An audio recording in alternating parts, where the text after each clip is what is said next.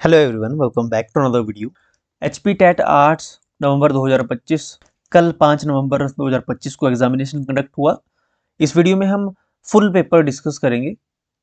शुरुआत करेंगे हम general awareness and environmental studies से, जो कि सेक्शन 2 है। 31st क्वेश्चन से स्टार्ट करेंगे। फर्स्ट क्वेश्चन है हमारा, भाई दो ना पाई निम्न में से किस आंदोलन का विस्तार था? भाई दो ना पाई दो movement was the extension of which movement? So the भाई दो पाई दो मूवमेंट, भाई दो ना पाई दो मूवमेंट, ये सिविल डिसओबीडियंस मूवमेंट का एक्सटेंशन था, यानी सविनय अवज्ञा आंदोलन का विस्तार था। ये ऑप्शन बी करेक्ट होगा। भाई दो ना पाई ये स्लोगन और मूवमेंट भागमल सोठा द्वारा शुरू किया गया था, भागमल सोठा द्वारा। ओके, नेक्स्ट क्वेश्चन है, एनसीसी का गठन कब हुआ? When was NCC formed? NCC का गठन हुआ था 1948 में। 1948 में एनसीसी फॉर्म हुई। Formation of NCC 1948। डेट की बात करें अगर तो 16 जुलाई। नेक्स्ट क्वेश्चन है, who was the founder of Young Bengal? Young Bengal के संस्थापक कौन थे? यंग बंगाल की शुरुआत हेनरी लुई विवियन डेरोजियो, यहाँ पे हेनरी डेरोजियो दिया गया है, इनका पूरा नाम ये था, हेनरी लुई विवियन डेरोजियो ने की थी। ओके, ऑप्शन ए करेक्ट होगा। हेनरी डेरोजियो एक हिंदू कॉलेज में एक एजुकेटर थे, शिक्षक थे। ओके, कोलकाता हिंदू कॉलेज में ये एक टीचर थे। अगला क्वेश्चन है, वर्तमान में मोहनजोदड़ो कहाँ स्थित है? मोहनजोदड़ो ये इंडस वैली सिविलाइजेशन का पार्ट था। इंडस वैली सिविलाइजेशन का एक सिटी थी, एक शहर था मोहनजोदड़ो। मोहनजोदड़ो अब पाकिस्तान में है। ओके, ऑप्शन सी करेक्ट होगा, पाकिस्तान। पाकिस्तान में कहाँ है? पाकिस्तान के सिंध प्रांत में। और मोहनजोदड़ो किस नदी के किनारे है? सिंधु रिवर के किनारे है, तभी इस इंडस वैली सिविलाइजेशन को सिंधु घाटी सभ्यता हिंदी में कहा जाता है और इंग्लिश में इंडस वैली सिविलाइजेशन। सिंधु नदी की वजह से इसका नाम इंडस वैली सिविलाइजेशन या सिंधु घाटी सभ्यता पड़ा है। मोहनजोदड़ो जो साइट है, इसकी खोज हुई थी 1922 में। 1922 में मोहनजोदड़ो सभ्यता जो शहर है उसकी खोज की गई थी। किसने की थी? आर डी बनर्जी ने। आर डी बनर्जी ने। अगला क्वेश्चन है, the speakers vote in Lok Sabha called? Lok Sabha में स्पीकर यानी लोकसभा अध्यक्ष का मत क्या कहलाता है? जो स्पीकर का वोट होता है लोकसभा में, यानी लोकसभा अध्यक्ष का वोट, उसके उस वोट को कहा जाता है casting vote. Option A correct होगा, कास्टिंग वोट यानी निर्णायक मत। यूजुअली स्पीकर वोट नहीं करता है। ओके, पहली बार में जब मतदान होता है लोकसभा में तो स्पीकर वोट नहीं करता है, लेकिन अगर बराबरी हो जाए, अगर मैच मतलब यानी कि जो वोटिंग पड़ रही है वो टाई हो जाए, बराबर हो जाए वोट्स, टाई होने के मामले पर जो है स्पीकर जो है लोकसभा अध्यक्ष जो है वोट करता है। इस तरह से वो वोट जो है, पहले तो वोट इक्वल हो गई थी दोनों साइड, फिर एक वोट डाल सकता है स्पीकर। ओके, तो स्पीकर जिस साइड वोट डालेगा वो साइड जीत जाएगी, यानी उसकी वोट ज्यादा हो जाएंगे। इसीलिए इस वोट को निर्णायक मत कहा जाता है, कास्टिंग वोट कहा जाता है। अगला क्वेश्चन है, Sujanpur Tihra was founded by which ruler of Kangra? देखिए ये क्वेश्चन भी हमने डिस्कस किया हुआ है अपनी प्रीवियस वीडियो में, जो हमने सीरीज चलाई हुई थी एचपी टेट और कमीशन की।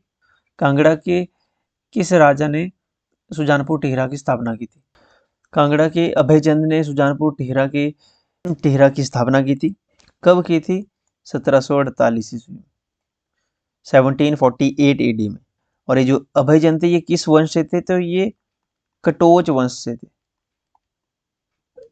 कटोच वंश से थे। ओके, कटोच वंश। अगला क्वेश्चन है, वर्तमान में हिमाचल प्रदेश विधानसभा के अध्यक्ष कौन है? ये हमने जो प्रीवियस वीडियो अपलोड की थी उसमें ये क्वेश्चन डिस्कस किया हुआ है। विधानसभा अध्यक्ष कौन है? वर्तमान में हिमाचल प्रदेश के विधानसभा अध्यक्ष हैं Kuldeep Singh Pathania. Option B correct होगा। नेक्स्ट क्वेश्चन है, हिमाचल प्रदेश में शुरू की गई दूध प्रोत्साहन योजना के अंतर्गत प्रति लीटर दूध पर कितनी राशि का प्रोत्साहन दिया जाएगा? दूध प्रोत्साहन योजना के तहत प्रति लीटर दूध पर 3 रुपए का प्रोत्साहन दिया जाएगा, दूध प्रोत्साहन योजना में। ओके, यानी 3 rupees per litre, 3 rupees per litre प्रोत्साहन। नेक्स्ट क्वेश्चन है, इंद्रहार दर्रा हिमाचल प्रदेश की किस पर्वतमाला में स्थित है? Indrahar pass is located in which mountain range of Himachal Pradesh? Indrahar pass ये धौलाधार रेंज में है, धौलाधार रेंज में है। इंद्रहार पास, ऑप्शन सी करेक्ट होगा, धौलाधार। अगर इंद्रहार पास के एल्टीट्यूड की बात करें तो 4342 मीटर की हाइट पे है इंद्रहार पास। अगर इसे फीट में देखें तो 14,245 यानी लगभग 14,300 फीट की हाइट पे है। ओके, धर्मशाला में है ये इंद्रहार पास, नियर धर्मशाला। और धर्मशाला के आसपास जो माउंटेन रेंजेस है उन्हें धौलाधार रेंजेस कहा जाता है। उसने कहा था किताब किसने लिखी है? Who wrote the book? उसने कहा था। चंद्रधर शर्मा गुलेरी द्वारा पुस्तक लिखी गई है, उसने कहा था। ये पुस्तक उन्होंने कब लिखी थी? ये एक हिंदी लिटरेचर है, हिंदी पुस्तक है, हिंदी लिटरेचर। ये 1915 में द्वारा चंद्रधर शर्मा गुलेरी द्वारा लिखी गई थी, 1915 में। अगला क्वेश्चन है, किस वर्ष हिमाचल प्रदेश की प्रथम विधानसभा गठित हुई थी? In which year first legislative assembly of Himachal Pradesh was constituted? पहली विधानसभा गठित हुई थी 1952 में, ऑप्शन बी करेक्ट होगा। वाई.एस. परमार पहले चीफ मिनिस्टर बने थे। 1951 में हिमाचल प्रदेश एक पार्ट सी स्टेट थी। ओके, पार्ट सी कैटेगरी का राज्य था हिमाचल प्रदेश। और जब पहली बार कॉन्स्टिट्यूट इलेक्शन हुए और लेजिस्लेटिव असेंबली बनी तो विधानसभा की कितनी सीटें थी? विधानसभा की पहली विधानसभा इलेक्शन हुए थे वो 36 सीटों के लिए हुए थे, 36 सीट्स। फिर जब 1954 में यहाँ पे बिलासपुर भी ऐड हुआ 1954 में, तब विधानसभा सीटें बढ़कर हो गई 41। अगला क्वेश्चन है, population density of Himachal Pradesh as per census 2011 is? 2011 की जनगणना के अनुसार हिमाचल प्रदेश की जनसंख्या घनत्व कितना है? जनसंख्या घनत्व 2011 की जनगणना के अनुसार 123 पर्सन पर स्क्वायर किलोमीटर है, यानी एक स्क्वायर किलोमीटर में 123 लोग रहते हैं हिमाचल प्रदेश में 2011 की जनगणना के अनुसार। अगला क्वेश्चन है, in which year president rule was imposed for the first time in Himachal Pradesh? पहली बार हिमाचल प्रदेश में कब राष्ट्रपति शासन लगाया गया था? फर्स्ट टाइम हिमाचल प्रदेश में प्रेसिडेंट रूल लगा था 1977 में, ऑप्शन सी करेक्ट होगा। इसके बाद दूसरी बार लगा था 1992 से 1993 तक, 1992 से 1993 तक। अगला क्वेश्चन है, Rupi Bhaba wildlife sanctuary is located in which district of Himachal Pradesh? Rupi Bhaba wildlife sanctuary है किन्नौर में, ऑप्शन ए करेक्ट होगा। Rupi Bhaba wildlife sanctuary district Kinnaur में है। रूपी भावा के अलावा एक Lippa Asrang wildlife sanctuary है, Lippa Asrang wildlife sanctuary Kinnaur में। इसके अलावा करछम चितकुल है, क्योंकि ये 3 वाइल्ड लाइफ सेंचुरी है। Karcham Chitkul 3 wild life sanctuary है किन्नौर में। कुल्लू में कायस वाइल्ड लाइफ सेंचुरी है, कायस वन्यजीव अभयारण्य। एक कनावर वाइल्ड लाइफ सेंचुरी है, एक खोखन वाइल्ड लाइफ सेंचुरी है। ये इंपॉर्टेंट वाइल्ड लाइफ सेंचुरीज है जो एग्जामिनेशन में पूछ जाती है डिस्ट्रिक्ट कुल्लू की।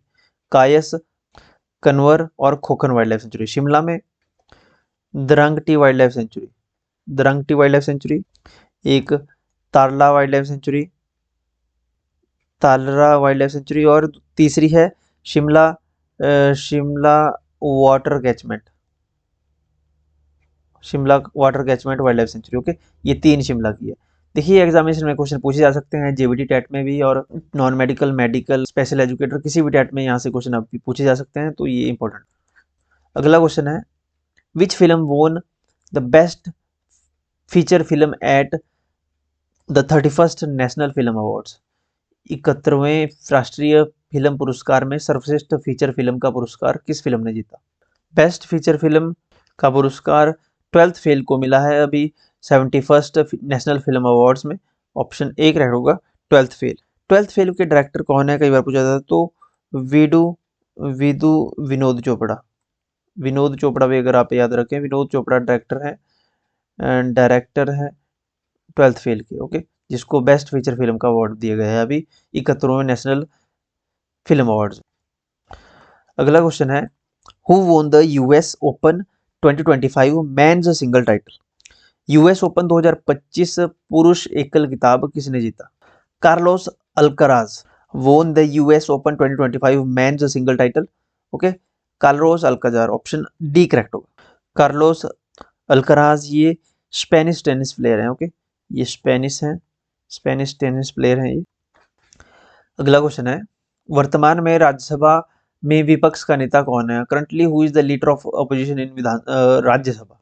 देखिए लीडर ऑफ अपोजिशन जिसे एलओपी कहा जाता है, लीडर ऑफ अपोजिशन राज्यसभा में मल्लिकार्जुन खड़गे हैं। ओके, ऑप्शन बी करेक्ट होगा। अगर यहाँ पे लोकसभा पूछा जाता, लोकसभा में लीडर ऑफ अपोजिशन है राहुल गांधी लोकसभा में, और राज्यसभा में पूछा है क्वेश्चन में तो मल्लिकार्जुन खड़गे, ऑप्शन बी करेक्ट हो जाएगा, मल्लिकार्जुन खड़गे। अगला क्वेश्चन है भारतीय जनसंघ के संस्थापक कौन थे? Who was the founder of भारतीय जनसंघ? देखिए भारतीय जनसंघ के संस्थापक थे डॉक्टर श्यामा प्रसाद मुखर्जी, अटल बिहारी वाजपेयी। यहाँ पे श्यामा प्रसाद मुखर्जी दिया गया है तो ऑप्शन सी करेक्ट हो जाएगा। श्यामा प्रसाद मुखर्जी ये पार्टी के फर्स्ट प्रेसिडेंट भी रहे भारतीय जनसंघ के। Bharatiya Jana Sangh was founded by Shyama Prasad Mukherjee in 1951। ये एक पार्टी 1977 तक भारतीय जनसंघ के नाम से चली, बाद में ये पार्टी बनी जनता पार्टी, फिर लास्ट में अभी ये भारतीय जनता पार्टी जो है इसका एवोल्यूशन हो चुका है। अगला क्वेश्चन है सर्वोच्च न्यायालय का इंदिरा साहनी बनाम संघ सरकार निर्णय किससे संबंधित है? The Indira Sawhney versus union government decision of supreme court is related to. तो ये केस रिलेटेड था रिजर्वेशन ऑफ ओबीसी यानी reservation of other backward classes से संबंधित था, अन्य पिछड़ा वर्ग के आरक्षण से संबंधित था ये केस इंदिरा साहनी बनाम भारत संघ, ऑप्शन ए करेक्ट होगा। अगला क्वेश्चन है when was UN organisation formed? United Nations organisation की फॉर्मेशन कब हुई थी? 1945 में हुई थी, 1945 में हुई थी यूएन की formation after world war two. Second world war के बाद कि ऐसी वर्ल्ड वॉर दोबारा ना हो इसके लिए यूनाइटेड नेशंस की स्थापना की गई थी। 24 अक्टूबर 1945 को एस्टेब्लिश हुआ था, फॉर्म्ड हुआ था यूनाइटेड नेशन। नेक्स्ट क्वेश्चन है which is the largest delta of the world? विश्व का सबसे बड़ा डेल्टा कौन सा है? गंगा ब्रह्मपुत्र डेल्टा जिसे सुंदरबन कहा जाता है, डेल्टा विश्व का सबसे बड़ा डेल्टा है, ऑप्शन बी करेक्ट होगा। ये बंगाल रीजन में पाया जाता है इंडियन सबकॉन्टिनेंट में। नेक्स्ट क्वेश्चन है who was the chairman of the 16th finance commission? 16वें वित्त आयोग के अध्यक्ष कौन है? पनगड़िया, अरविंद पनगड़िया जी ये 16th फाइनेंस कमीशन के चेयरपर्सन है। ओके, 16वें वित्त आयोग के अध्यक्ष हैं, ऑप्शन सी करेक्ट होगा। कई बार डिस्कस किया हुआ है प्रश्न, ये रिपीटेड क्वेश्चन है। Question number 53 where was the SCO summit 2025 held? SCO की फुल फॉर्म क्या होती है? एससीओ की फुल फॉर्म है Shanghai cooperation organisation. Shanghai cooperation organisation summit 2025 कहाँ पे हुआ? ये समिट हुआ तियानजिन में, ऑप्शन बी करेक्ट होगा तियानजिन। तियानजिन कहाँ पे है? तियानजिन चाइना में है, यानी कि ऐसा भी कह सकते हैं हम कि चाइना ने होस्ट किया है ये। ओके, चाइना का शहर है तियानजिन जहाँ पे ये हुआ है, ये आयोजित किया गया है एससीओ समिट, एससीओ शिखर समिट। 2026 का एससीओ समिट कहाँ पे होगा? किर्गिस्तान में, किर्गिस्तान। नेक्स्ट क्वेश्चन है who is currently cabinet secretary of India? Bharat के वर्तमान कैबिनेट सचिव यानी कैबिनेट सेक्रेटरी कौन है वर्तमान? Doctor TV Somanathan is the current cabinet secretary of India, option C correct होगा, टीवी सोमनाथन। इन्होंने राजीव गौबा को सक्सीड किया है। नेक्स्ट क्वेश्चन है Cristiano Ronaldo leading men's football goal scorer belong to which country? Cristiano Ronaldo है पुर्तगाल से। ओके, ऑप्शन बी करेक्ट होगा, ये पुर्तगाल से हैं, पुर्तगाल कंट्री से हैं, यूरोपियन कंट्री। ओके, ये लीडिंग फुटबॉल गोल स्कोरर है, सबसे ज्यादा पॉपुलर है फुटबॉल में अगर फॉलोअर्स की बात करें। नेक्स्ट क्वेश्चन है who is the youngest medal winner for India in Olympic games? Olympic खेलों में भारत के लिए सबसे कम उम्र का पदक विजेता कौन है? Aman Sehrawat is India's youngest Olympic medal winner. Okay, 2024 में इन्होंने मेडल जीता था ओलंपिक में, अमन शेरावत। रेसलिंग में इनका क्या स्पोर्ट्स है? इनका ये है, इनकी गेम है रेसलिंग। रेसलिंग में कौन सा मेडल जीता था इन्होंने? ब्रॉन्ज जीता था, ब्रॉन्ज। कब जीता था? 2024 पेरिस ओलंपिक में। Okay, Paris Olympic. एज कितनी है इनकी, यंगेस्ट तो है ये, लेकिन उस टाइम एज कितनी थी इनकी, 21 वर्ष। 21 वर्ष की एज में इन्होंने ये ओलंपिक मेडल जीता था। अगला क्वेश्चन है which day is celebrated as the world's population. देखिए ये क्वेश्चन मेडिकल टेट में भी पूछा गया था और आर्ट्स में भी पूछा गया है। वर्ल्ड पॉपुलेशन डे मनाया जाता है हर वर्ष 11 जुलाई को। हमने प्रीवियस वीडियो में इसकी थीम भी डिस्कस की है और यूएन ने कब शुरू किया था इसके बारे में भी हमने डिस्कस किया। अगला क्वेश्चन है in August 2024 who was elected as the new prime minister of Thailand at the age of 37। अगस्त 2024 में 37 वर्ष की आयु में थाईलैंड के नए प्रधानमंत्री के रूप में किसे चुना गया था। Paetongtarn Shinawatra. Paetongtarn Shinawatra was elected as the new prime minister of Thailand at the age of 37। Option C correct है। आपको कमेंट सेक्शन में बताना है कि थाईलैंड की कैपिटल क्या है। अगला क्वेश्चन कैपिटल से ही पूछ लिया है। Capital of Poland is, Poland की कैपिटल क्या है। Capital of Poland is Warsaw. Okay, इसको वॉर्सो पढ़ते हैं, Warsaw. Okay, option C correct होगा, वॉर्सो। अगला क्वेश्चन है और लास्ट क्वेश्चन है ये जनरल अवेयरनेस पोर्शन का। Who is at present education minister of India. Dharmendra Pradhan, ये प्रीवियस जो पिछला टेन्योर था पीएम मोदी का, उसमें भी धर्मेंद्र प्रधान ही थे एजुकेशन मिनिस्टर, और अभी जो न्यू टेन्योर है, थर्ड टेन्योर है, इसमें भी धर्मेंद्र प्रधान ही है education minister, present education minister. JP Nadda Himachal Pradesh से ही हैं। एस जयशंकर ये फॉरेन मिनिस्टर हैं।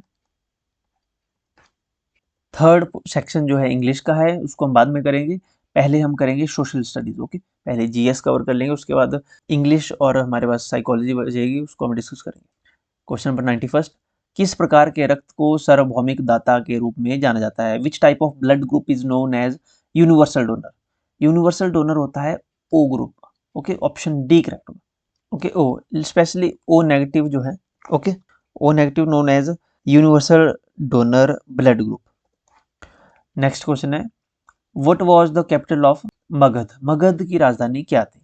मगध की राजधानी थी राजगृह। ऑप्शन बी करेक्ट होगा, राजगृह, और ये फर्स्ट कैपिटल भी थी। इसके बाद पाटलिपुत्र भी राजधानी बनी थी मगध की, किंग उदयन के टाइम पे। अगला क्वेश्चन है ड्यूरिंग द रेन ऑफ हुम दहसाला सिस्टम वाज इंट्रोड्यूस्ड। किसके शासनकाल के दौरान दहसाला प्रणाली शुरू की गई। Dahsala system was introduced during the reign of Akbar. Option D correct होगा, अकबर। ये जो दहसाला सिस्टम था, ये उसके फाइनेंस मिनिस्टर जो की था टोडरमल के द्वारा डेवलप की गई थी। ओके, ये सिस्टम किसके द्वारा किया गया था, अकबर के जो फाइनेंस मिनिस्टर थे, क्या नाम था उसका, टोडरमल। टोडरमल ने इंट्रोड्यूस किया था उसको। 1580 के दशक के आसपास हुआ था ये। ओके, अगला क्वेश्चन है how many bits are there in one byte. एक बाइट में कितने बिट्स होते हैं। एक बाइट में 8 बिट्स होते हैं। ऑप्शन बी करेक्ट होगा। 1 MB में, 1 मेगाबाइट में 10224 किलोबाइट्स होते हैं। ओके, 1024 KB बराबर होता है 1 MB। अगला क्वेश्चन है who is known as the father of local self government या self governance in India. Bharat में स्थानीय स्वशासन के जनक कौन थे। स्थानीय स्वशासन के जनक थे लॉर्ड रिपन। ये हमने प्रीवियस वीडियो में भी डिस्कस किया हुआ है, जब इसमें हमने लॉर्ड रिपन के बारे में डिटेल में डिस्कस किया था कि उनके कार्यकाल के दौरान क्या क्या डेवलपमेंट्स हुई थी, कौन कौन से लॉ उन्होंने बंद किए थे जो कि भारतीयों के अनुकूल नहीं थे, वो भारतीयों के विरुद्ध थे, जो जैसे वर्नाकुलर प्रेस एक्ट था, और भी काफ़ी एक्ट थे जो वो लॉर्ड रिपन ने बंद किए थे, जो कि लॉर्ड लिटन ने थोपे हुए थे भारतीयों पे। इसी का होगा option C correct answer, father of local self government lord Ripon. Next question है Durand cup is associated with which sport. Durand cup किस खेल से संबंधित है। डूरंट कप फुटबॉल से संबंधित है। ऑप्शन ए करेक्ट होगा। डूरंट कप स्टार्ट हुआ था 1888 में और पहली बार ये हुआ था शिमला में, शिमला के एनाडेल ग्राउंड में। अब डूरंट कप का वेन्यू है एट प्रेजेंट, जहाँ पे मेनली ये गेम्स होती हैं, कोलकाता में।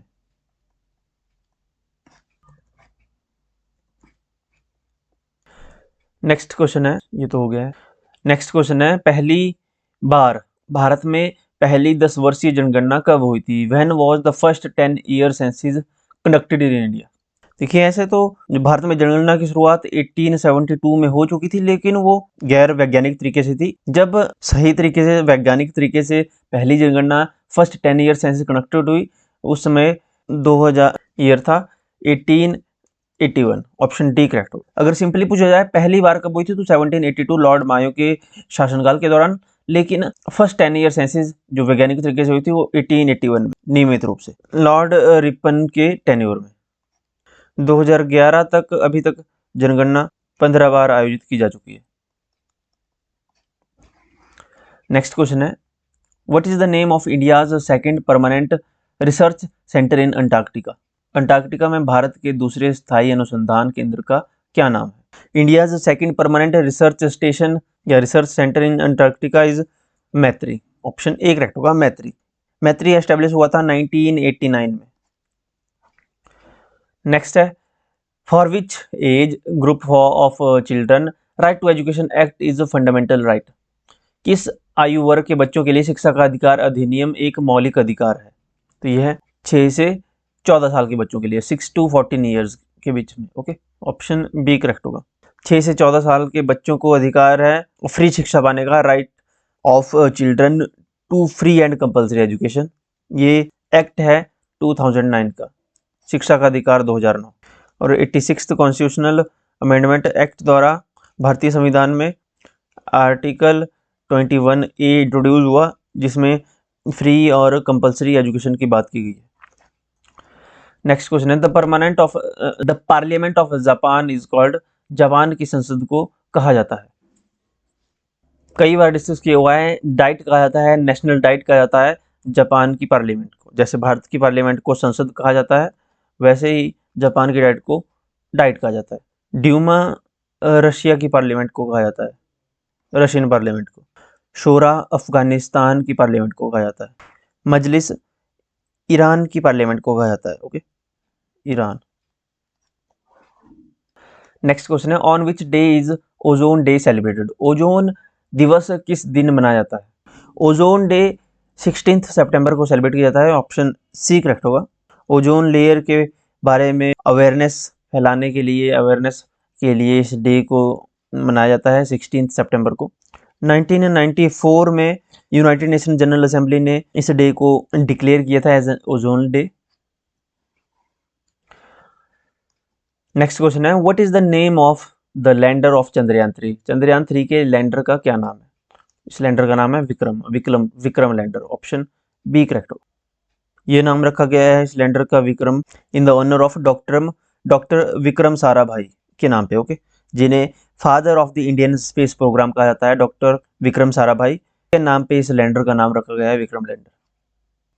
नेक्स्ट क्वेश्चन है, ring is related to which sport? Ring किस खेल से संबंधित है? देखिए, रिंग क्रिकेट में नहीं होता है, टेनिस में भी नहीं होता है रिंग, बॉक्सिंग में होता है रिंग। ओके, यानी जो रिंग होता है जिसके बीच में बॉक्सिंग लड़ी जाती है। ओके, इस प्रकार से बीच में बॉक्सिंग लड़ी जाती है, ring. Satyashodhak Samaj was established by? Satyashodhak Samaj की स्थापना किसने की थी? ज्योतिबा फूले द्वारा सत्यशोधक समाज की स्थापना की गई थी। कब की गई थी? 1873 में की गई थी। कहाँ की गई थी? पुणे में की गई थी। पुणे कहाँ है? महाराष्ट्र में। अगला क्वेश्चन है, where is the headquarters of the United Nations organisation? UNO.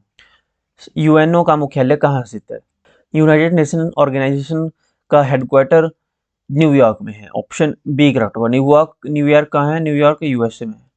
United Nations की फॉर्मेशन कब हुई थी? यूएनओ की फॉर्मेशन हुई थी 1945 में, 1945 में। नेक्स्ट क्वेश्चन है, हम्पी में स्थित विरूपाक्ष मंदिर किस देवता को समर्पित है? हम्पी में स्थित Virupaksha mandir is dedicated to which god? तो विरूपाक्ष मंदिर जो हम्पी में है वो भगवान शिव को, लॉर्ड शिवा को डेडिकेटेड है। ऑप्शन बी करेक्ट हो। Who is called the father of railway in India? Bharat में रेलवे के जनक किसे कहा जाता है? देखिए, रेलवे चली थी लॉर्ड डलहौजी के कार्यकाल में, तो रेलवे के जनक भारत में लॉर्ड डलहौजी को कहा जाता है। ऑप्शन बी करेक्ट होगा। नेक्स्ट क्वेश्चन है, पीली क्रांति शब्द का तात्पर्य किसके उत्पादन में वृद्धि से है? The term yellow revolution refers to increase the production of yellow revolution refers to the increase in the production of oil seed production. Oil seed यानी इडेबल ऑयल सीड्स प्रोडक्शन, तिलहन उत्पादन की खेती से है पीली क्रांति का तात्पर्य। ओके, ऑप्शन सी करेक्ट होगा इसमें। नेक्स्ट क्वेश्चन है, which planet in the solar system is known as morning star. सौरमंडल में किस ग्रह को भोर का तारा कहा जाता है? सौरमंडल में शुक्र ग्रह को, विनस को मॉर्निंग स्टार या फिर इवनिंग स्टार के नाम से जाना जाता है। ओके, ऑप्शन डी करेक्ट होगा, विनस। नेक्स्ट है, who is the author of the book the guide. The guide पुस्तक के लेखक कौन है? द गाइड के ऑथर हैं आर के नारायण। ओके, आर के नारायण, ऑप्शन सी करेक्ट होगा। नेक्स्ट है, in which state is the जोग फॉल्स लोकेटेड। जोग फॉल किस स्टेट में लोकेटेड है? जोग फॉल कर्नाटक में है, ऑप्शन सी करेक्ट होगा, कर्नाटक। नेक्स्ट क्वेश्चन है, जलियांवाला बाग हत्याकांड की जांच के लिए गठित कमेटी का क्या नाम था? What was the name of the committee formed to investigate the Jallianwala Bagh massacre? तो इस कमेटी का नाम था जो गठित की गई थी जलियांवाला बाग की हत्याकांड की जांच के लिए, हंटर कमेटी इसका नाम था, ऑप्शन ए करेक्ट होगा, हंटर कमेटी। ये कमेटी 1919 में जिस वर्ष हत्याकांड हुआ था उसी के बाद ये कमेटी गठित की गई थी। नेक्स्ट क्वेश्चन है, 3 बीघा गलियारा विवाद किन दो देशों के मध्य है? 3 Bigha corridor is a dispute between which two countries. 3 Bigha corridor ये भारत और बांग्लादेश के बीच का विवाद है। ओके, डिस्प्यूट है एरिया का, ऑप्शन डी करेक्ट होगा। नेक्स्ट क्वेश्चन है, सांची का स्तूप भारत की किस राज्य में स्थित है? In which state of India is the Sanchi stupa located. Sanchi का स्तूप ये मध्य प्रदेश में है, ऑप्शन सी करेक्ट होगा, मध्य प्रदेश। क्वेश्चन नंबर 115, गायत्री मंत्र इज एसोसिएटेड विद विच वेद। गायत्री मंत्र का वर्णन किस वेद में किया गया है?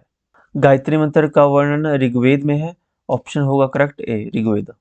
ऋग्वेद में भी ऋग्वेद के तीसरे मंडल के 10वें सूक्त में ये इसका वर्णन मिलता है गायत्री मंत्र का। नेक्स्ट क्वेश्चन है, भूकंप को पढ़ने और मापने के लिए किस उपकरण का उपयोग या प्रयोग किया जाता है? Which equipment is use to read and measure the earthquakes. Seismograph का यूज होता है अर्थक्वेक को मेजर करने के लिए और रीडिंग के लिए, यानी सिस्मोमीटर यहाँ पे दिया गया है, ऑप्शन ए, इसे सिस्मोग्राफ बोलते हैं या सिस्मोमीटर। नेक्स्ट क्वेश्चन है, India's oldest operating refinery is at. भारत की सबसे पुरानी चालू रिफाइनरी कहाँ है? चालू का मीन्स यहाँ पे है कि चलते हुई, जो वर्किंग कंडीशन में है, चालू दूसरे वाला चालू मत समझे इसको। ओल्डेस्ट ऑपरेटिंग रिफाइनरी भारत की है डिगबई। डिगबई ये कहाँ पे है? ये आसाम में है। ये रिफाइनरी कमीशन हुई थी 1901 में, दिसंबर 1901 में। इस रिफाइनरी को Gangotri of Indian hydrocarbon sector भी कहा जाता है। Gangotri of Indian hydrocarbon sector किसे कहा जाता है? डिगबोई, जो असम में है, रिफाइनरी। नेक्स्ट क्वेश्चन है, the first education minister of independent India was. स्वतंत्र भारत के पहले शिक्षा मंत्री थे अबुल कलाम आजाद। मौलाना था ये Abul Kalam Azad, option B correct होगा। Question number 1119, which among the following wrote Sanskrit grammar. Sanskrit grammar किसने लिखा? निम्नलिखित में से किसने संस्कृत व्याकरण लिखा? तो पाणिनि ने लिखा था संस्कृत व्याकरण, ऑप्शन डी करेक्ट होगा, पाणिनि। देखिए सारे रिपीटेड क्वेश्चन है, पहले भी एग्जामिनेशन में पूछे गए हैं। नौटंकी is the art of which state. नौटंकी किस प्रदेश की कला है? नौटंकी उत्तर प्रदेश का ये लोक नाट्य है, फोक आर्ट है। ओके, ऑप्शन ए करेक्ट होगा। अगला क्वेश्चन है, the red cliff line demarcates India's legal border with which of the following country. Red cliff रेखा निम्न में से किस देश के साथ भारत की कानूनी सीमा निर्धारित करती है? रेड क्लिफ लाइन भारत और पाकिस्तान के बीच में है, ऑप्शन बी करेक्ट होगा, इंडिया एंड पाकिस्तान। ये सीमा कब ली गई थी? 1947 में विभाजन के दौरान इस सीमा को निर्धारित किया गया था। नेक्स्ट क्वेश्चन है, क्वेश्चन नंबर 122, निम्नलिखित में से किसे भारत की डायमंड सिटी के रूप में जाना जाता है? Which of the following is known as the diamond city of India. Diamond city of India, Surat शहर को डायमंड सिटी ऑफ इंडिया कहा जाता है, ऑप्शन ए करेक्ट होगा। ऑप्शन में जयपुर दिया गया है, जयपुर को पिंक सिटी ऑफ इंडिया कहा जाता है, pink city of India. Okay, Jaipur. अगला क्वेश्चन है, where is the tomb of Sher Shah Suri located. शेर शाह सूरी का मकबरा कहाँ स्थित है? शेर शाह सूरी का मकबरा बिहार में स्थित है, बिहार के सासाराम में। ओके, बिहार के सासाराम में स्थित है शेर शाह का मकबरा। इसके चारों ओर एक कृत्रिम लेक है, एक झील है। ओके, ऑप्शन बी करेक्ट होगा। अगला क्वेश्चन है, this city of India is known as blue city, which होना चाहिए था यहाँ पे। भारत के इस शहर को नीला शहर भी कहा जाता है। कौन सा शहर है नीला शहर? इससे पहले हमने पिंक सिटी के बारे में पढ़ा, अब यहाँ पे पूछा है ब्लू सिटी। ब्लू सिटी कहा जाता है जोधपुर को। ऑप्शन ए करेक्ट होगा। Jodhpur is the city in India known as the blue city due to the blue painted houses in all part of city. Okay, क्योंकि जो सिटी का ओल्ड पार्ट है, पुराना शहर है, उसमें ज्यादातर घर जो है ब्लू नीले कलर के पेंट किए गए हैं। ओके, जोधपुर करेक्ट आंसर होगा, ऑप्शन ए। अगला क्वेश्चन है, who gave the title of पहाड़ी गांधी टू बाबा कांसीराम। बाबा कांसीराम को पहाड़ी गांधी का टाइटल किसने दिया? पंडित जवाहरलाल नेहरू ने दिया था पहाड़ी गांधी का टाइटल बाबा कांसीराम को। रिपीटेड क्वेश्चन है, कब दिया था? 1937 में। ऑप्शन में यहाँ पे सरोजिनी नायडू दिया है। सरोजिनी नायडू ने भी बाबा कांसीराम को टाइटल दिया था। क्या टाइटल दिया था? इनको टाइटल दिया था बुलबुल ए पहाड़। क्या टाइटल था? बुलबुल ए पहाड़। ओके, नेक्स्ट क्वेश्चन है, भारतीय संविधान के अनुसार भारत के सर्वोच्च न्यायालय के मुख्य न्यायाधीश की सेवानिवृत्त की आयु कितनी है, यानी रिटायरमेंट एज कितनी है चीफ जस्टिस ऑफ इंडिया की या फिर सर्वोच्च न्यायालय के जो भी न्यायाधीश होते हैं? As per Indian constitution the retirement age of chief justice of the supreme court of India is 65 years age है retirement age. Option A correct होगा। 62 ईयर्स हाई कोर्ट के जजेस की है। ओके, स्टेट के हाई कोर्ट के जजेस की जो रिटायरमेंट एज है वो 62 है, लेकिन सुप्रीम कोर्ट के जजेस की 65 ईयर्स। अगला क्वेश्चन है, भारत के संविधान को संविधान सभा द्वारा अपनाया गया था। The constitution of India was adopted by constitute assembly on 26 नवंबर 1949 को कॉन्स्टिट्यूट असेंबली ने कॉन्स्टिट्यूशन ऑफ इंडिया को अडोप्ट किया था। ओके, ऑप्शन बी करेक्ट होगा, 26 नवंबर 1949 को। नेक्स्ट क्वेश्चन है, बंगाल का विभाजन किस वर्ष रद्द किया गया? The partition of Bengal was cancelled in which year. देखिए, अंग्रेजों ने पहले तो पार्टीशन कर दिया, बंगाल का विभाजन कर दिया 1905 में। अब लोगों को उनके उनके स्थान छोड़कर जाना पड़ा। एक बार विभाजन जब हो गया, सब लोग उथल पुथल हो गई, सब लोगों ने अपना चेंज कर दिया स्थान। फिर कैंसिल करने का एक ड्रामा किया था इन्होंने, क्योंकि जो लोग अपने घर बार छोड़ के आ चुके हैं, अलग स्थान पे बस चुके हैं, अब उन पे जो भी पार्टीशन था बंगाल का, उसको कैंसिल करने से क्या फर्क पड़ना था। 6 साल बाद 1905 में बंगाल विभाजन हुआ, इसके 6 साल बाद यानी 1911 में पार्टीशन को कैंसिल किया गया। ओके, ऑप्शन सी करेक्ट होगा, ब्रिटिश गवर्नमेंट के द्वारा 1911 के जो दिल्ली दरबार हुआ था उसमें। दिल्ली दरबार। अगला क्वेश्चन है, ईस्ट इंडिया कंपनी और जमींदारों के बीच राजस्व तय करने के लिए 1793 में स्थायी बंदोबस्त नीति किसने शुरू की? Who introduced permanent settlement policy in 1793 to fix the revenue between East India company and landlords? Lord Cornwallis ने सन 1793 में 1793 में स्थायी बंदोबस्त नीति शुरू की थी।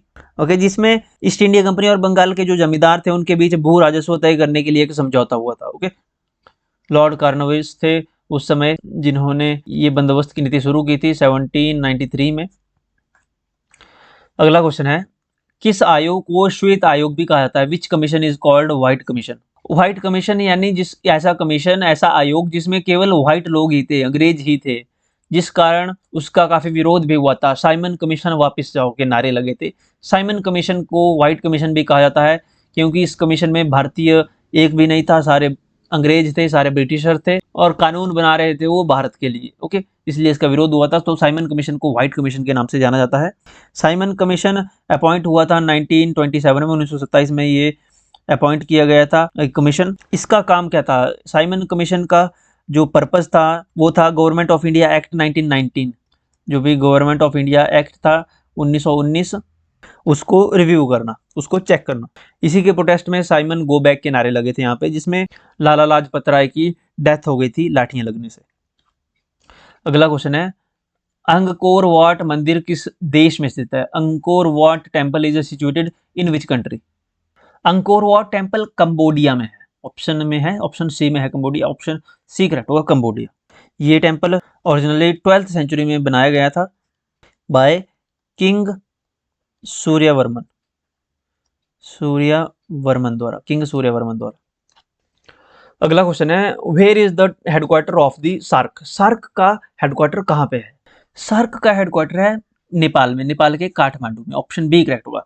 सार्क की फुल फॉर्म आपको पता होनी चाहिए। सार्क की फुल फॉर्म है South Asian association for regional cooperation, TION। Okay, South Indian association for regional cooperation, SAARC, इसका हेडक्वार्टर है काठमांडू में। सार्क एस्टेब्लिश हुआ था 1987 में। अगला क्वेश्चन है क्वेश्चन नंबर 133, मेडागास्कर किस महासागर में स्थित है? Madagascar is located in which ocean? Madagascar Indian ocean में है, यानी हिंद महासागर में, इंडियन ओशियन में है मेडागास्कर। ऑप्शन सी करेक्ट होगा। नेक्स्ट क्वेश्चन है, भारतीय रिजर्व बैंक द्वारा जारी किए गए नए 50 के नोट पर भारत की सांस्कृतिक विरासत को दर्शाने वाला फिलिंग द ब्लैंक्स का रूपांकन है। The new 50 rupees note launched by the RBI has motif of Hampi with chariot. Okay, chariot होता है रथ, रथ के साथ Hampi with chariot. Option A correct होगा। नेक्स्ट है क्वेश्चन नंबर 135, सिंधु घाटी सभ्यता के निम्नलिखित में से किस स्थान पर बंदरगाह पाया गया था? The dockyard was found in which of the following sites of Indus valley civilisation? Dockyard बंदरगाह पाया गया था गुजरात के लोथल में। ओके, ऑप्शन बी करेक्ट होगा, लोथल, जो कि लोथल कहाँ है? प्रेजेंट डे गुजरात में। लोथल इंडस वैली साइट है। चाहुंदरो भी, ये भी इंडस वैली साइट है। कालीबंगा, बनावली इंडस वैली साइट्स है। ओके, अगला क्वेश्चन है, भारतीय रेल कोच फैक्ट्री पंजाब के किस शहर में स्थित है? In which city of Punjab is Indian railway rail coach factory located? Rail coach factory Punjab में है, पंजाब के कपूरथला में। Option B Kapurthala. इसकी स्थापना हुई थी 1985 में। अगला क्वेश्चन है, who maintain a buffer stock of food grains in India? Bharat में खाद्यान्न का अतिरिक्त भंडार कौन रखता है? बफर स्टॉक अनाज के भंडारों का अतिरिक्त भंडारण जो है, अनाज भारत में खाद्यान्न का अतिरिक्त भंडारण रखता है FCI यानी food corporation of India. Food corporation of India का काम है ये जो यहाँ पे NAFED दिया है, इसका फुल फॉर्म है national agricultural cooperative marketing federation. Okay, और जो FICCI दिया है फिक्की, इसकी फुल फॉर्म है, फिक्की की फुल फॉर्म है federation of Indian chamber of commerce and industry. ये फुल फॉर्म्स आपको याद होनी चाहिए। सेबी की फुल फॉर्म भी इंपॉर्टेंट है, सेबी इंपॉर्टेंट है। सेबी की फुल फॉर्म है securities and exchange board of India. Okay, securities and exchange board of India, SEBI. Next question है, एनी बेसेंट किस आंदोलन से संबंधित थी? Annie Besant was related to which movement? एसी बेसेंट एसोसिएटेड थी होम रूल मूवमेंट से, होम रूल लीग से। ऑप्शन बी करेक्ट होगा। होम रूल लीग की शुरुआत बाल गंगाधर तिलक और एनी बेसेंट ने की थी 1916 में। ओके, कब होम रूल लीग की स्थापना? 1916 में। दूसरे कौन थे? बाल गंगाधर तिलक, BG तिलक। नॉन कॉपरेशन मूवमेंट कब हुआ? नॉन कॉपरेशन मूवमेंट शुरू हुआ था 1920 में महात्मा गांधी द्वारा। खिलाफत मूवमेंट 1919 में शुरू हुआ, 1924 तक चला। सिविल डिसओबीडियंस मूवमेंट ये भी महात्मा गांधी द्वारा रन किया गया था। ये एक मेजर नॉन वायलेंट प्रोटेस्ट था। एक कैंपेन शुरू किया था महात्मा गांधी द्वारा अगेंस्ट ब्रिटिश रूल। 1930 में ये शुरू हुआ था। ओके, कहाँ से शुरू हुआ था? ये सॉल्ट मार्च से, यानी जो दांडी मार्च, नमक सत्याग्रह था, उसी के समय ये भी शुरू हुआ था, सिविल डिसओबीडियंस मूवमेंट। 12 मार्च 1930 से। नेक्स्ट क्वेश्चन है, to which religion does Tripitaka belong? ये क्वेश्चन PYQ में आया है, प्रीवियस ईयर क्वेश्चन है ये। त्रिपिटिक किस धर्म से संबंधित है? त्रिपिटक बुद्धिज्म से रिलेटेड है, ऑप्शन सी करेक्ट होगा, बौद्ध धर्म। यह बौद्ध धर्म का एक पवित्र पवित्र ग्रंथ है ये, ओके, होली बुक है। त्रिपिटक का मतलब होता है तीन पिटारी, तीन पिटारी। इसमें महात्मा बुद्ध की शिक्षाएं हैं, उपदेश हैं और नियमों का संग्रह दिया गया है। अगला क्वेश्चन है, भारत में पहली मिस यूनिवर्स कौन थी? भारत से पहली miss universe, who was the first ever miss universe from India? First miss universe थी भारत से Sushmita Sen, option B correct होगा, सुष्मिता सेन। कब जीता था मिस सुष्मिता सेन ने ये टाइटल? 1994 में, 1994 में उन्होंने ये टाइटल जीता था। ये जो ऑप्शन में रीता फारिया दिया गया है, रीता फारिया मिस वर्ल्ड चुनी गई थी, मिस वर्ल्ड 1966 में। Lara Dutta miss universe, miss universe का टाइटल जीता था इन्होंने सन 2000 में। और ऐश्वर्या राय मिस वर्ल्ड चुनी गई थी 1994 में। जब सुष्मिता सेन मिस यूनिवर्स चुनी गई थी उसी समय ऐश्वर्या राय भी मिस वर्ल्ड हुई थी, मिस वर्ल्ड का टाइटल जीता उन्होंने 1994 में, ओके। इसका ऑप्शन बी करेक्ट होगा इस क्वेश्चन का। एगमार्क का संबंध है, Agmark is related to agriculture products और एग्रीकल्चर गुड्स, ओके। कृषि सम्मान से संबंधित है एगमार्क, ऑप्शन सी करेक्ट होगा, एक सर्टिफिकेशन मार्क है। अगला क्वेश्चन है, who appoints the chief justice of India? Bharat के मुख्य न्यायाधीश की नियुक्ति कौन करता है? भारत के मुख्य न्यायाधीश की नियुक्ति करते हैं भारत के राष्ट्रपति, ऑप्शन बी करेक्ट होगा, president of India. Next question है, भारत के पहले स्वदेशी विमान वाहक पोत का नाम क्या है? What is the name of the first indigenous aircraft carrier of India? Indigenous aircraft carrier है INS Vikrant, option A correct होगा। ये कोच्चि शिपयार्ड लिमिटेड द्वारा बनाया गया है। किसके द्वारा बनाया गया है INS Vikrant? Kochi shipyard limited द्वारा।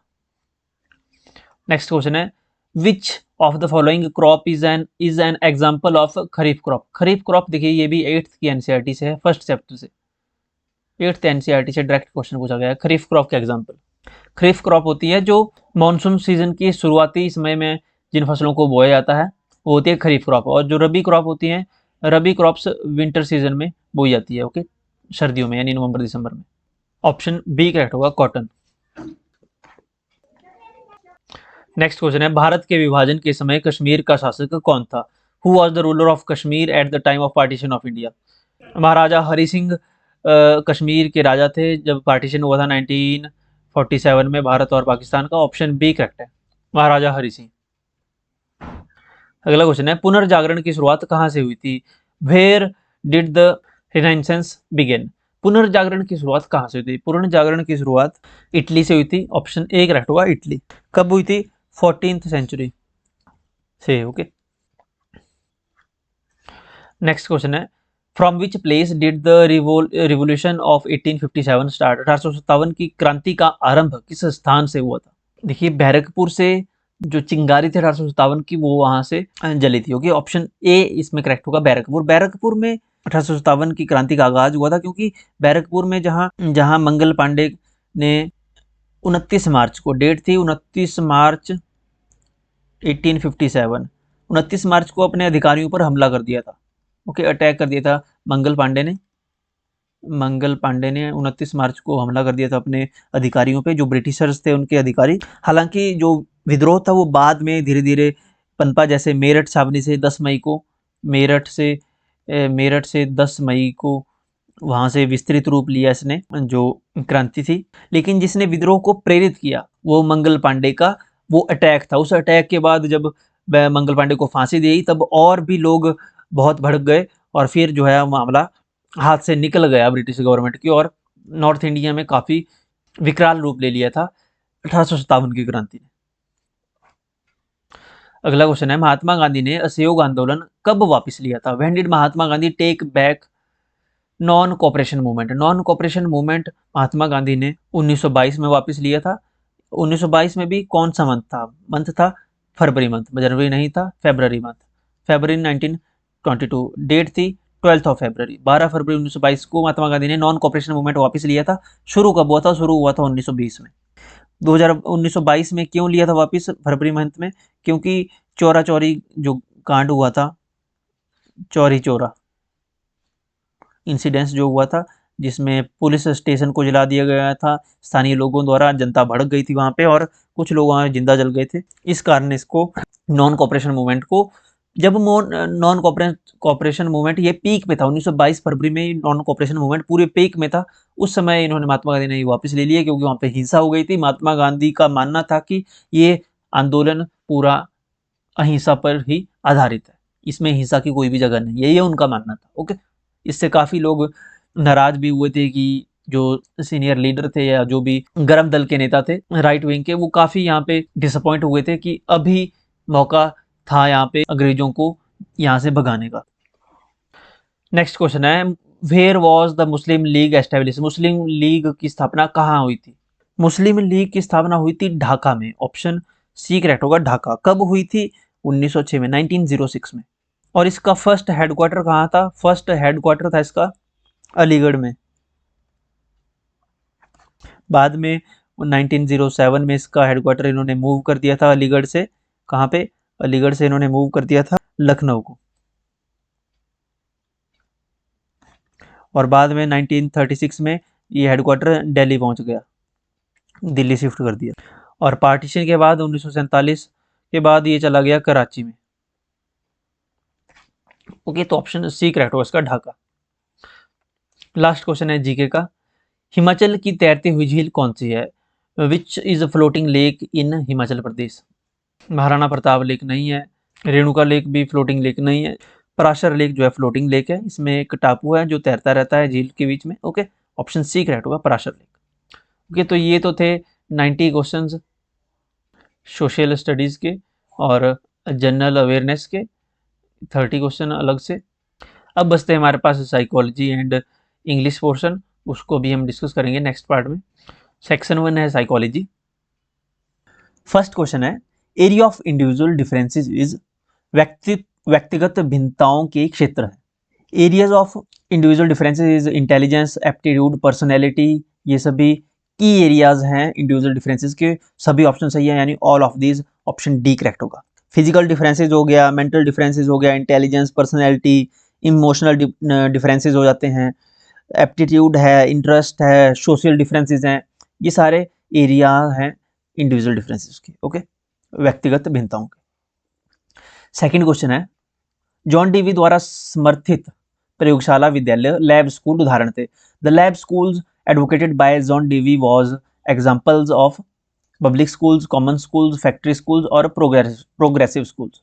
लैब स्कूल्स एग्जाम्पल थे प्रोग्रेसिव स्कूल्स के, प्रगतिशील विद्यालयों की ये उदाहरण थे।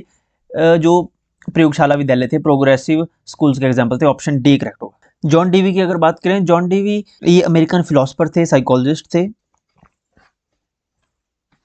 अगला क्वेश्चन है, intelligence related to monitor the feelings and emotions of itself is refer to, स्वयं की भावनाओं और संवेगों का परिवीक्षण करने की बुद्धि कहलाती है। Intelligence related to monitor the feelings and emotions of self, यहाँ पे स्वयं की भावना और संवेगों के परीक्षण करने की बुद्धि के बारे में बात की जा रही है। तो वो कौन सी इंटेलिजेंस होती है जिसमें व्यक्ति अपनी फीलिंग्स और इमोशन को मॉनिटर करता है?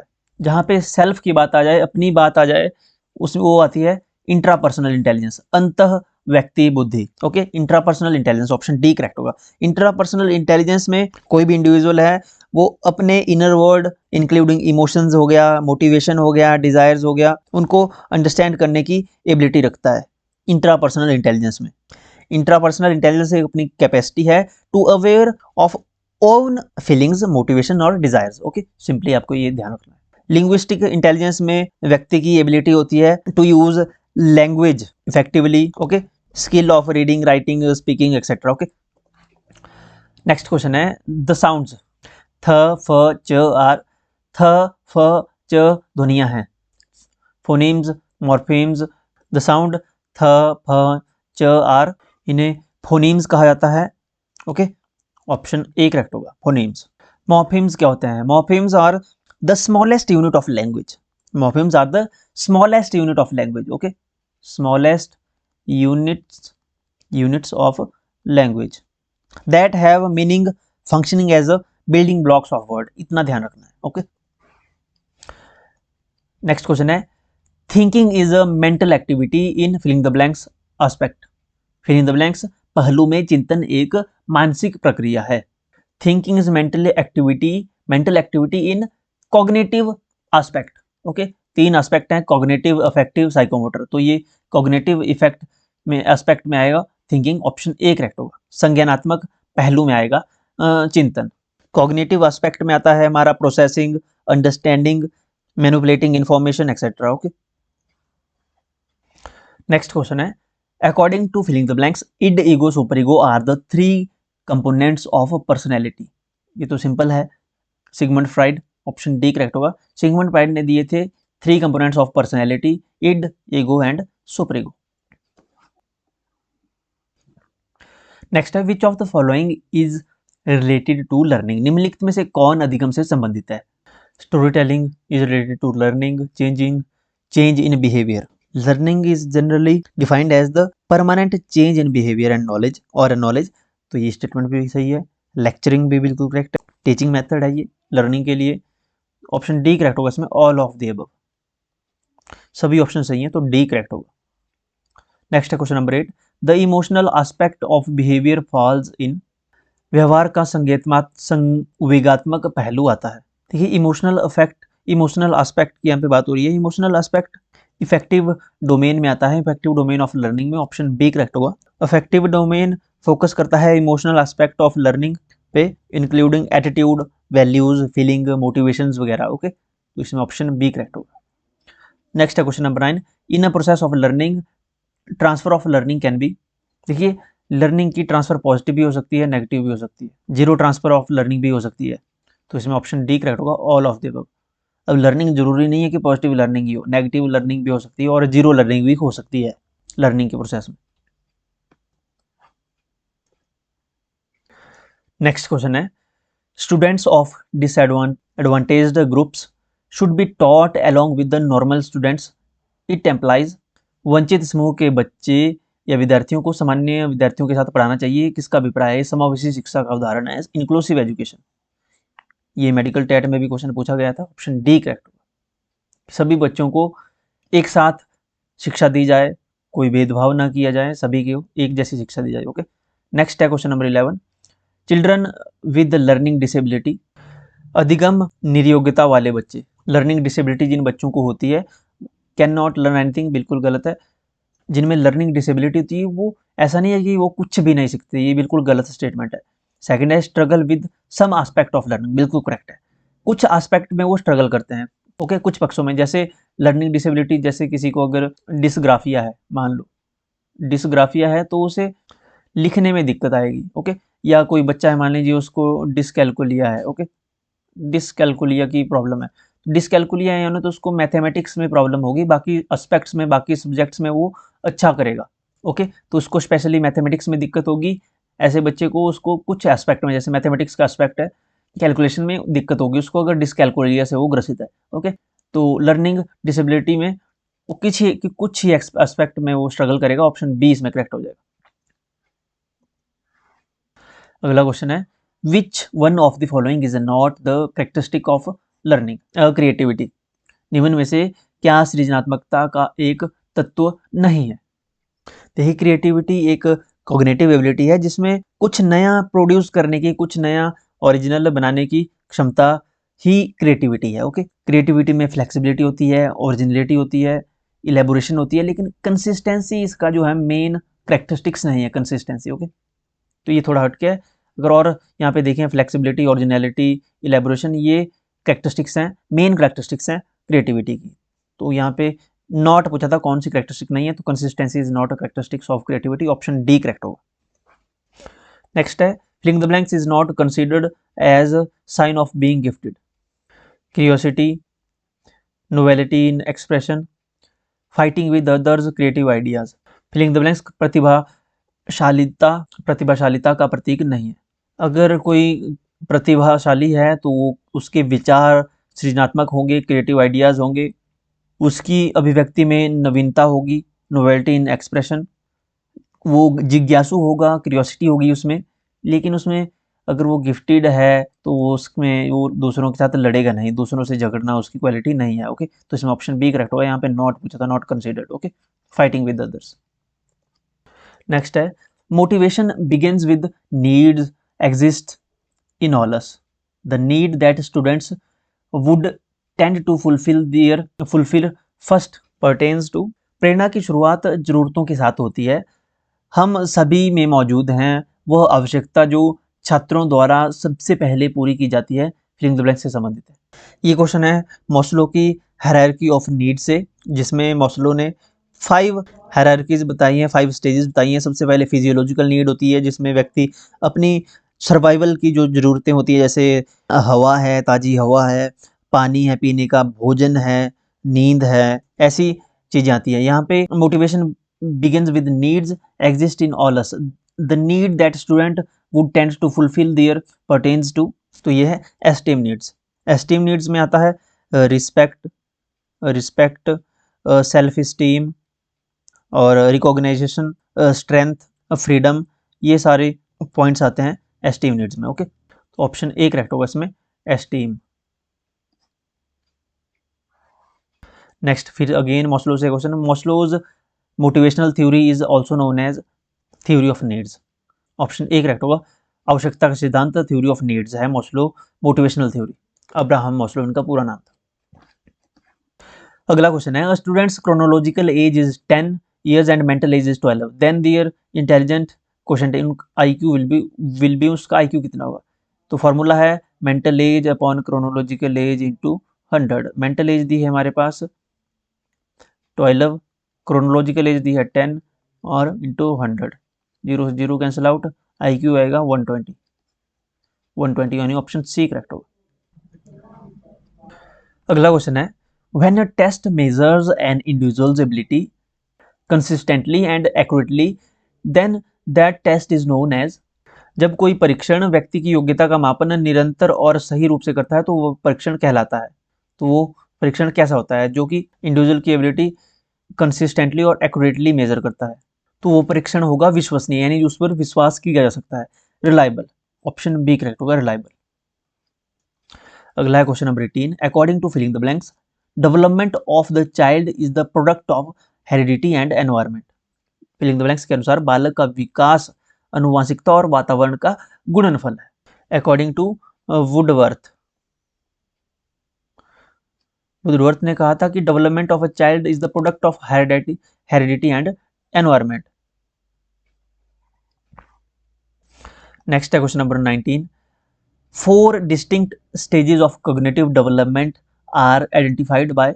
संज्ञानात्मक विकास की 4 विशिष्ट अवस्थाओं की पहचान किसने की थी? तो जीन पियाजे ने 4 अवस्थाएं बताई थी, 4 स्टेजेस बताई थी कॉग्निटिव डेवलपमेंट की।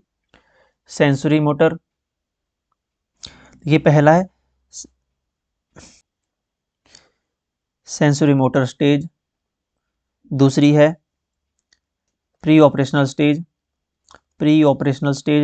थर्ड है कंक्रीट ऑपरेशनल स्टेज, फोर्थ है फॉर्मल ऑपरेशनल स्टेज। ये 4 स्टेजेस बताई हैं जीन पियाजे ने थ्योरी दी थी कॉग्निटिव डेवलपमेंट थ्योरी। ओके, अगला क्वेश्चन है, in how many levels Kohlberg divided his theory of moral development. Kohlberg की थ्योरी है मॉरल डेवलपमेंट थ्योरी। कोहलबर्ग की जो थ्योरी है मॉरल डेवलपमेंट की थ्योरी, उसमें 3 लेवल्स हैं, 3 लेवल्स बताए हैं। और स्टेजेस जब अगर पूछा जाए, स्टेजेस 6 हैं और लेवल्स 3 हैं, हर लेवल की 2 स्टेजेस हैं। ओके, तो 3 स्टेजेस हैं इसके, ऑप्शन सी करेक्ट हो जाएगा। 3 लेवल्स कौन कौन से हैं? प्री कन्वेंशनल स्टेज, प्री कॉन VEN प्री कन्वेंशनल स्टेज, दूसरी है कन्वेंशनल स्टेज और तीसरी है पोस्ट कन्वेंशनल स्टेज। ये 3 स्टेजेस हैं मॉरल डेवलपमेंट थ्योरी की। ये फर्दर 6 स्टेजेस में डिवाइड हुई हैं। ओके, प्री की 2 स्टेजेस हैं, फर्स्ट सेकंड, कन्वेंशनल की 3 हैं, थर्ड एंड फोर्थ, और फिर पोस्ट की 2 हैं, फिफ्थ और सिक्स्थ। ओके, तो 6 स्टेजेस हैं, 3 लेवल्स हैं। नेक्स्ट क्वेश्चन है, what is not included in child centred education. बाल केंद्रित शिक्षा में शामिल नहीं है। Assigning homework, motivating student to ask questions, प्रश्न पूछने के लिए बच्चों को प्रोत्साहित करना इसमें इंक्लूडेड है। बालक के अनुभवों को प्राथमिकता देना बिल्कुल इसमें इंक्लूडेड है। चाइल्ड एजुकेशन में, चाइल्ड सेंटर्ड एजुकेशन में, यानी शिक्षा बच्चे को केंद्र में रखकर दी जाएगी, पूरी प्रोसेस चाइल्ड सेंट्रिक रहेगी। Okay, giving priorities to child's experience, बिल्कुल प्रायोरिटी दी जाएगी बच्चे के एक्सपीरियंस को। Appreciate the creativity of a child, बिल्कुल करेक्ट है, बच्चे की क्रिएटिविटी को अप्रिशिएट किया जाएगा। ओके, तो तीनों ही ऑप्शन सही है, ऑप्शन ए यहाँ पे सही नहीं है। असाइनिंग होमवर्क, गृह कार्य देना बाल केंद्रित शिक्षा का हिस्सा नहीं है, ऑप्शन ए करेक्ट होगा इसमें। नेक्स्ट क्वेश्चन है, learning is filling the blanks. Learning is a relatively permanent change, temporary change, permanent change, all of the above. Learning is relatively permanent change, option C correct होगा, option C correct होगा।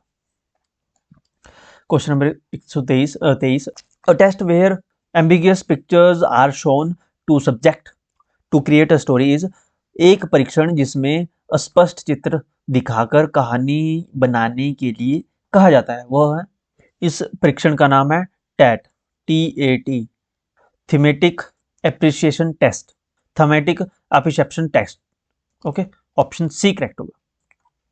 बहुबुद्धि सिद्धांत किसने दिया? Who gave the theory of multiple intelligence? Multiple intelligence theory, theory of multiple intelligence दी है Howard Gardner ने, इनका पूरा नाम है हार्वर्ड गार्डनर।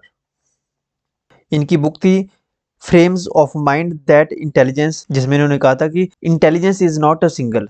ओके, इनकी बुक का नाम था फ्रेम्स ऑफ माइंड। ओके, ये बुक पब्लिश की थी उन्होंने 1983 में, हार्वर्ड गार्डनर की। इन्होंने इंटेलिजेंस को कई पार्ट्स में डिवाइड किया, जैसे वर्बल लिंग्विस्टिक इंटेलिजेंस होगी, logical mathematical intelligence, musical intelligence, intrapersonal intelligence, interpersonal intelligence, इस प्रकार के कई इन्होंने एस्पेक्ट बताए इंटेलिजेंस के। अगला क्वेश्चन है, शिखा अपनी कक्षा में आक्रामकता प्रदर्शित करती है और अक्सर अपने सहपाठियों को ही आक्रामक बताती है, इसमें रक्षात्मक मनोरचना को पहचाने। शिक्षा shows aggression most of the time in her classroom and often calls her classmates aggressive. Identify the defense mechanism. तो डिफेंस मैकेनिज्म का नाम है इसका प्रोजेक्शन, ऑप्शन ए करेक्ट होगा, प्रोजेक्शन। अगला क्वेश्चन है, cognitive development means, cognitive development means development of intelligence, development of child, development of physical skill, development of individual. Cognitive development means development of intelligence, बुद्धि का विकास, ऑप्शन ए करेक्ट होगा। Next question है, question number 27, which of the following is true statement corresponding to cephalocaudal principle of child development? Cephalocaudal principle of child development is head to toe pattern, ये pattern होता है, development is from head to toe, head to feet या head to toe. Okay, option A correct होगा, ये विकास सिर से पैर की ओर होता है। नेक्स्ट क्वेश्चन है, who has central place in education according to the child psychology? बाल मनोविज्ञान के अनुसार शिक्षा में केंद्रीय स्थान किसका है? जब बाल मनोविज्ञान की बात आती है, चाइल्ड साइकोलॉजी की बात, तो इसके सेंटर में है child. Okay, option A correct होगा, क्योंकि चाइल्ड साइकोलॉजी में चाइल्ड सेंट्रिक एजुकेशन की बात की गई है, बाल केंद्रित शिक्षा की, तो ऑप्शन ए इसमें करेक्ट होगा। क्वेश्चन नंबर 29 है, family plays filling the blanks role in socialisation of a child. Family plays socialisation of a child, समाजीकरण, बच्चे के या बालक के समाजीकरण में परिवार फिलिंग द ब्लैंक्स भूमिका निभाता है। इज नॉट सो इम्पोर्टेंट, गलत है। एन एग्जिस्टिंग रोल नहीं, family plays an a primary role. Okay, primary आएगा यहाँ पे, primary role in socialisation of education of a child, option C correct होगा। अगला क्वेश्चन है, a teacher remarks in a co education class to boy, be boys and don't behave like girls. This remark reflects caste discrimination, is a good example of dealing with boys and girls, reflects stereotypical behaviors of discrimination between boys and girls, highlights the biological superiority of boys over girls.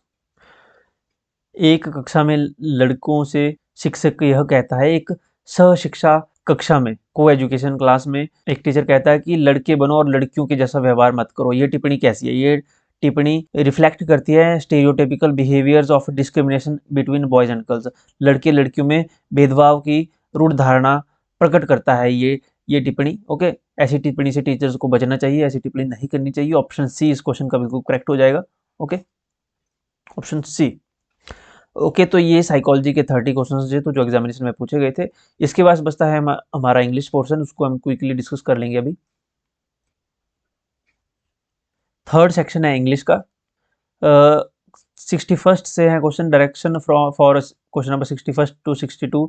Give one word for the following expressions choosing from those given under each expression. The wide lower part of a river, the wide lower part of river is called estuary. Option C correct होगा, एस्ट्यूरी। अगला question है a small bag used while travelling, छोटा bag जो travelling के लिए use किया जाता है उसे कहते हैं विलिस।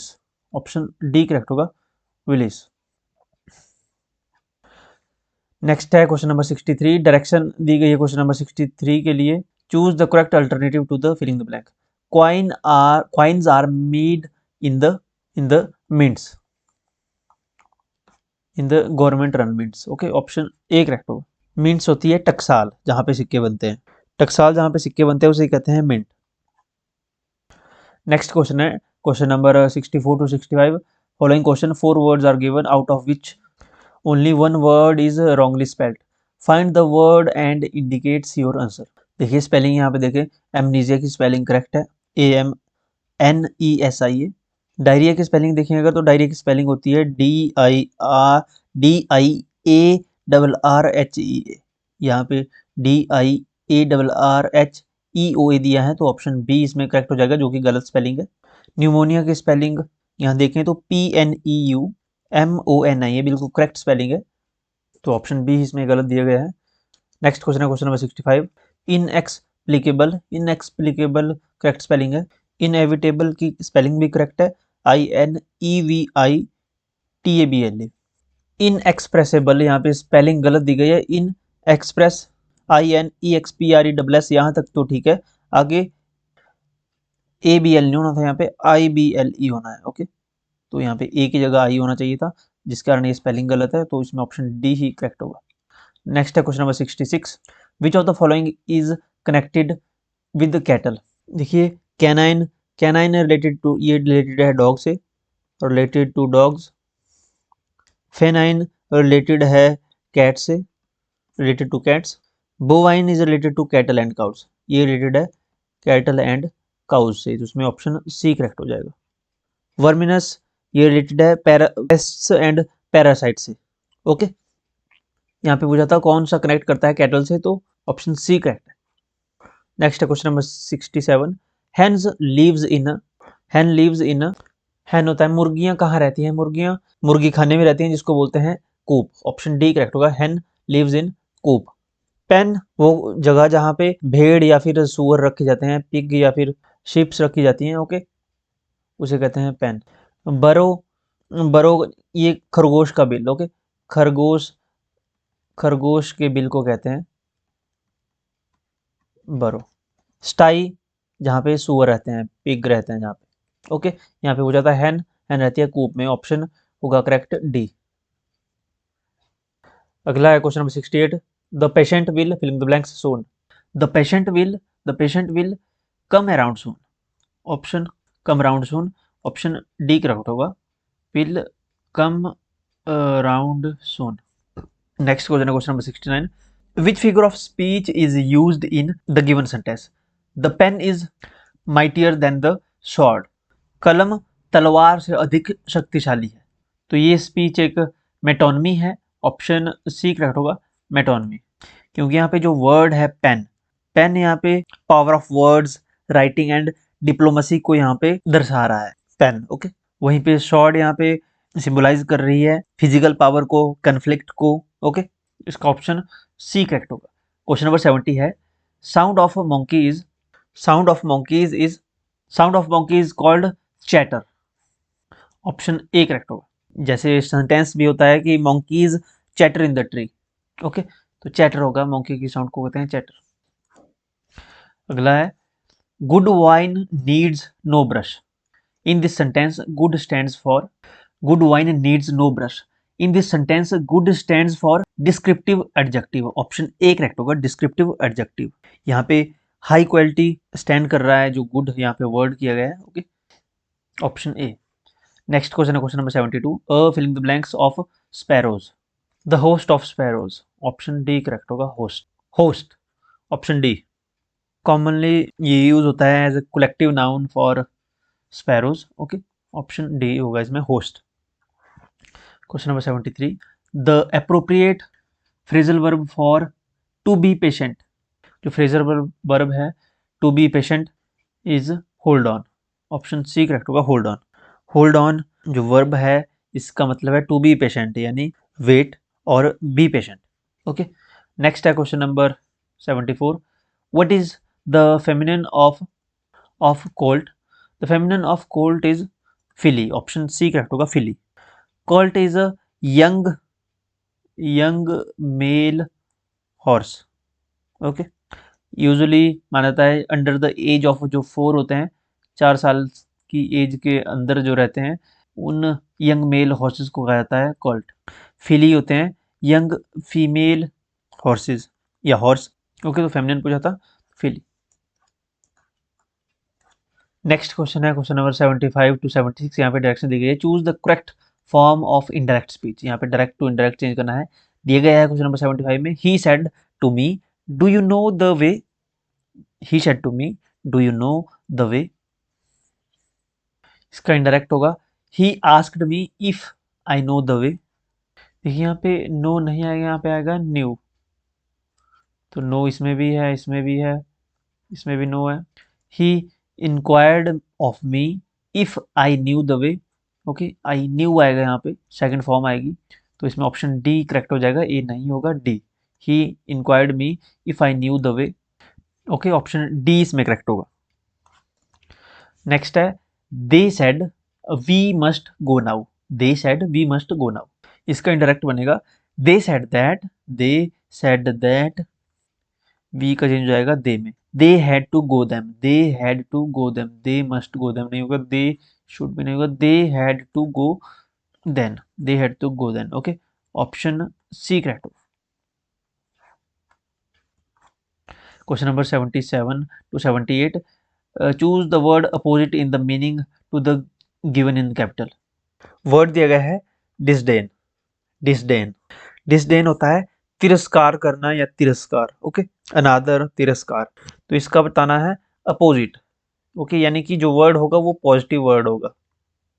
जैसे एडमिरेशन हो गया, देखिए ये बिल्कुल करेक्ट है, एडमिरेशन ही होगा इसका, क्योंकि ये क्या है, पॉजिटिव वर्ड है। यहाँ पे ये नेगेटिव है तो ये पॉजिटिव वर्ड है। हेटर्ड, यहाँ पे ये नेगेटिव वर्ड दिया गया है। ओके, तो ये नहीं होगा। नेक्स्ट है क्वेश्चन नंबर 78। सॉम्बर। सॉम्बर होता है डार्क इन कलर, या फिर आप बोल सकते हैं डल। तो डल इसका मान लीजिए, डल इसका सिनोनिम है, तो इसका अपोजिट क्या होगा? तो चीयरफुल तो नहीं होगा। या सॉम्बर का एक और मीनिंग होता है, एक तो कलर के अलावा जैसे सैड, इसका मीनिंग हो सकता है सैड या फिर सीरियस। ओके, अगर इमोशन की बात हो रही है तो सैड, सीरियस। तो अगर इमोशन के हिसाब से देखें, जैसे सैड, अगर सॉम्बर का सैड और सीरियस है, तो इसके भी हिसाब से इसका जो एंटोनिम बनेगा वो चीयरफुल बनेगा, चीयरफुल। ओके, अगर सैड और सीरियस अगर इसका इस हिसाब से, तो ये चीयरफुल इसका अपोजिट रहेगा। ओके, सैड का अपोजिट जो है antonym cheerful, option D. Question number 79 में बोला गया है, 79 एंड 80 क्वेश्चन में, correct preposition to complete the sentence given below. He was unjustified in, he was unjustified in accusing us of theft. He was unjustified in accusing us of theft. Option होगा correct B. Next में preposition है, she had left him, she had left him filling the blanks the lurch. she had left him in the lurch. Option B correct होगा, उसने उसे मुश्किल स्थिति में छोड़ दिया। लर्च का मतलब होता है कठिन स्थिति या संकट की स्थिति, विपरीत समय। ओके, मुसीबत की घड़ी आप कह लीजिए। अगला क्वेश्चन है question number 81 to 82। Choose the correct passive form of verbs in the given options. People say that she is a liar. इसका पैसिव वॉइस होगा she is said to be a liar, या फिर she is said a liar. To be a liar आना था वैसे। Question number 82, help the poor. The poor should be helped, इसका जो होगा passive voice, the poor should be helped. Question number 83 and 84 में बताया चूज द सिनोनिम। वर्ड दिया गया है बनल। बनल का मीनिंग होता है समथिंग दैट इज ऑर्डिनरी, या फिर जिसमें फ्रेशनेस लैक कर रही हो। ओके, यानी कि इसको हम बोल सकते हैं कोई कॉमन प्लेस हो। ओके, ऑप्शन बी करेक्ट होगा, कॉमन या फिर ऑर्डिनरी। ओके, या फिर ओवर यूज्ड, तो हम इसको ऑप्शन बी के साथ जाएंगे। नेक्स्ट है एग्रेस। एग्रेस का एंटोनियम होगा एग्जिट, ऑप्शन बी करेक्ट होगा एग्जिट। नेक्स्ट है क्वेश्चन नंबर 85 टू 86। यहाँ पे the following idiom have 4 option ABCD, indicate the correct meaning of the idiom का मीनिंग बताना है। A dog in the manger, the dog in the manger, a dog in the manger. A person allowing others to enjoy, allow तो बिल्कुल नहीं करता, prevent करता है other to enjoy something useless to himself. Okay, a person prevents other to enjoy something useful to himself. Useful to himself नहीं होगा, useless to himself, option B correct होगा। Next है question number 86, a moot point. Moot point का होगा a controversial point. Okay, option C a controversial point, या फिर a debatable question. Okay, next है question number 87 to 88। इसमें बोला fill in the blanks in the following sentence using the correct form of verb. Much filling the blanks since they were last year. इसमें use होगा past, sorry present perfect, यानी कि इसमें आएगा हमारा has happened. Much has happened since they were last year, option A. Next है had the function not been postponed because of the strike, he filling the blanks been able to participate. not been postponed because of strike, he fill in the blanks been, he would have been able to participate, ऑप्शन होगा correct B. Question number 89 to 90। इसमें error बताना है किस किस sequence में यहाँ पे एरर है। It is easy distinguishing this pen from that. इसमें डिस्टिंग्विशिंग यहाँ पे गलत दिया गया है, यहाँ पे होना था it is easy to distinguish, ING नहीं लगना था, it is easy to distinguish this pen from that. Okay, तो ऑप्शन बी में यहाँ पे एरर है। और लास्ट क्वेश्चन है इस क्वेश्चन पेपर का, each of the boys whom I had invited to dinner have indicated that he would be happy to come.